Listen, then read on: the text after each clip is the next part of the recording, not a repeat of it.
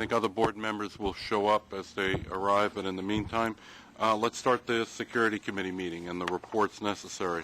There are some time constraints that we have here, so let's begin the report. No public comment, I would presume, since there's no one here from the public. Approval of the minutes from the January meeting. Okay, carried. All in favor? Aye. Motion happens. The approval of the work plan. Is there any change to the work plan? No change at all, sir. Okay. Motion made to accept and seconded. All in favor? Aye. Motion carries. Crime statistics. Yeah. Chief? Good afternoon. I was scheduled to do a quick overview presentation, so I'll just do it all at once. Sure. That'd be great. And just before I start, the book will change next month, just to make it more reflective that it's 2012 versus 2011. I know. I was the one. Yeah. Right. Okay. Just real quick, brief overview. MTA Police, you can see on the bottom, 1998, it was formed as a merger of Long Island Railroad Police and the Metro North Police. Prior to that, they were separate agencies. After 9/11, it became much more focused not only on safety and crime, but counterterrorism.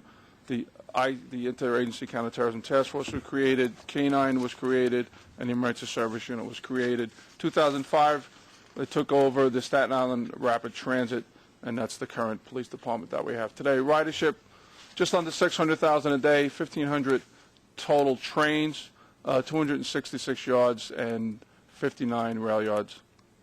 This is just the region. On the right, it has our staffing. But as you can see, it's quite a huge region. We have 9 districts covering, I think it's 14 counties, 2 states. Budget total $140 million. That includes $10 million in grants, broken down to personnel. Obviously, the biggest cost is personnel, OTPS, and then overtime we broke out. This doesn't include the last round of cuts, which is another $500,000, which is coming off of that. Just a quick org chart. There used to be 3 regions. It was the Eastern, Southern, and the Northern. We combined the 2 regions, the Eastern and the Southern region, so that would be Long Island Railroad and Staten Island is under 1 chief, Northern region under 1 chief, and then I created a Personnel Support Services chief just to administratively organize it a little more efficiently, and that's worked out extremely well. Okay, last year, let's grab my notes here. Robbery and larcenies drove the numbers. As you can see here, larceny with 241 incidents that accounted for 64% of all of the crime. And then if you just, and I'm going to go over it a little more, but the assaults that you see at the bottom, just want to note, if you take the assaults, 42, it's a large number. But 23 of those are on police officers, 8 on conductors, 11 others. So if you cull those numbers out, there's only 11 on non-railroad and police personnel. And the reason I mention that, anytime you hit assault a police officer or a conductor, or at least the last 7 years with a conductor, it automatically elevates that to a felony. Fortunately, we did make 40 arrests with a 96% closure. We actually had an assault on a conductor Friday night on Long Island Railroad coming out of Penn Station, and the arrest was made in Queens. Very similar to the other arrest. Dispute 2 o'clock in the morning with the conductor, intox passengers. They hit the conductor. The conductor actually fought back, held them down. Off-duty NYPD on the ride program assisted, and then we met the train and we made the arrest. So I just wanted to point that out. It's a high number, but a lot of those are driven by stature. Larcenies, we closed 57 of the 241 by arrest. Just note, 164 of those, or 68%, are unattended property. So that's just people leaving an item, the wallet, bag, iPod, cell phone, laptop, unattended. Somebody comes along and clips it, they come back and it's gone. A lot of those happen on trains and then in the other areas, dining concourse areas, waiting rooms, etc. 34% or 82 of those larcenies are electronic device driven. Electronics is really what's driving the numbers, and we'll see that again. Robberies, 74.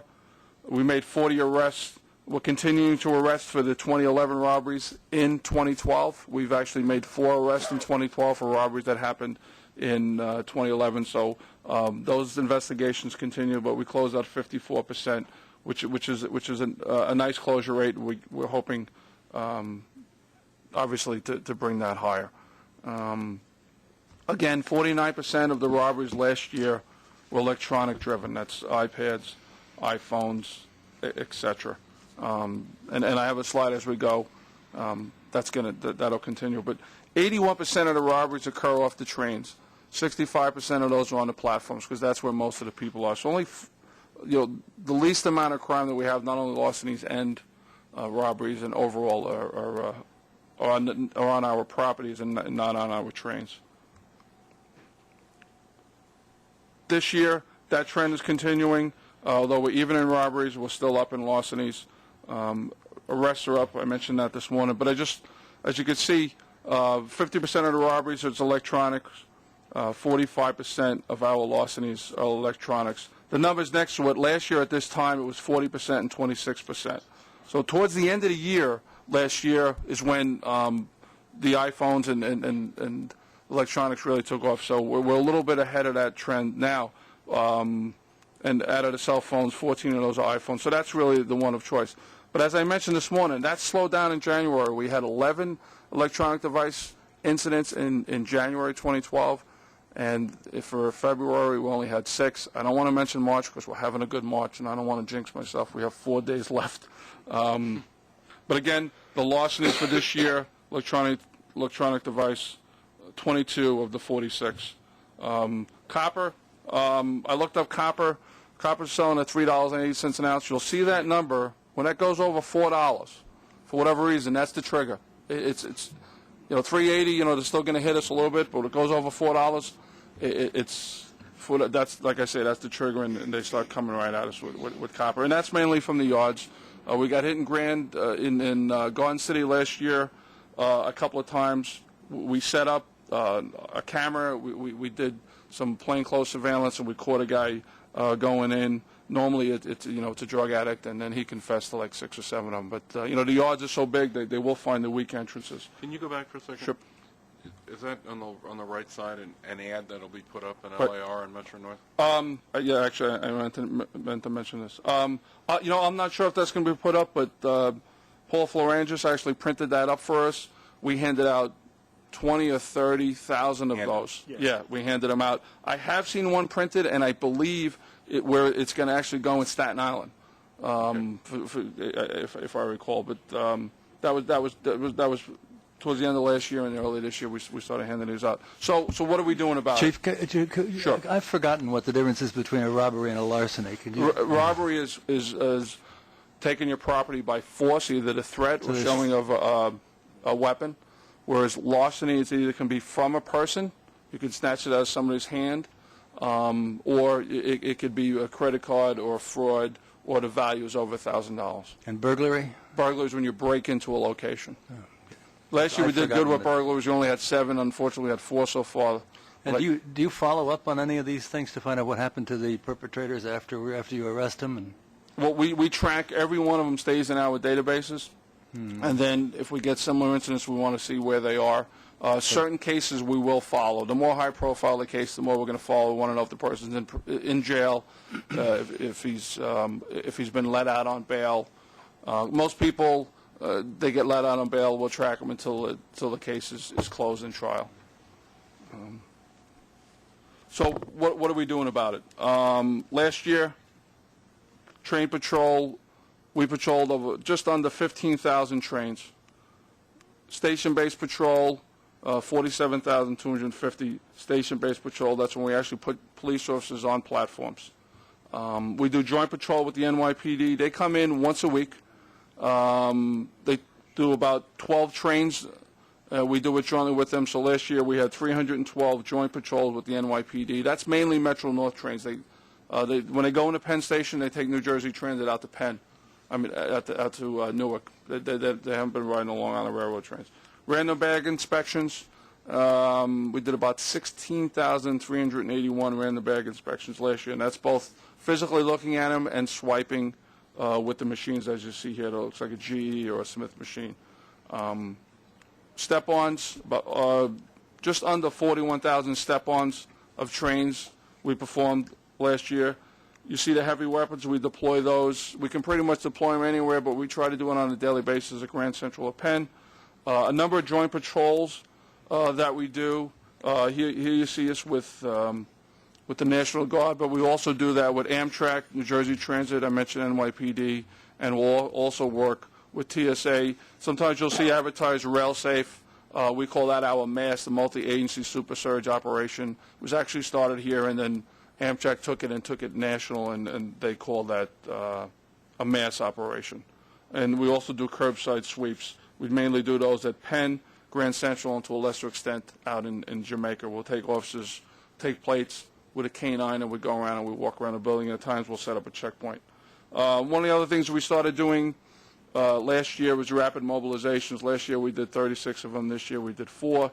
Last year we mainly did them as drills. This year 2 of the 4 were for actual demonstrations. Occupy Wall Street, nobody's immune. They've come to Grand Central 4 times, twice this year. So what we will do, in addition to putting on extra officers, we'll call in between 5 and 2 officers from the outer districts. So they'll come as far as Connecticut, New Haven, Beacon, District 1, and Central Islip. They get in the car and they come in here and we mobilize them. We started it as training, but we use it for unplanned demonstrations. It's worked out, rather effectively. So far, Occupy Wall Street came, I say 4 times, twice this year. We've made a total of 6 arrests. I'm hoping with the warm weather, they stay outside. So those are the things that we do normally. Just very quickly, last year we had a number of times when there was heightened alert. First it was the killing of Osama bin Laden, and then with the 10th anniversary of 9/11, we did not only our own patrols but joint patrols. Here you see Suffolk County PD. We're not pictured, but we're on the platform. They helped. They came and we jointly patrolled the platforms out in Suffolk County. Here we show the curbside sweeps, the heavy weapons, and then here, this is one of our canine officers, and we're just proud of these 2 photos because one was the cover of Newsday and the other was the cover of the Daily News. So it was the one time we beat out the NYPD. I could say that because Joe Fox is in here now, so we can get away with that. But what we normally do on a normal week, 50 to 55 unintended packages. We will the final people call in. You can see we're doing under 200 bag checks, 200 train patrols, directed patrols just under 900, step-on 639, and normal calls for service 2,500. But during the week of 9/11, you can see the unattended packages were up 80%. We increased our bag checks by 759% because we did them multiple times each tour. We continued doing them pretty much on a 24-hour basis for 7 days. Train patrol, we increased it by 165%. Directed patrol, 25%, and the step-ons, step-off, 46%. And the calls for service, the public gets a little more involved during the heightened awareness, and the calls went up by 36%. Some of the things that we found last year during the anniversary of 9/11, we found a bag up by the 138th Street Bridge that was found on a normal patrol.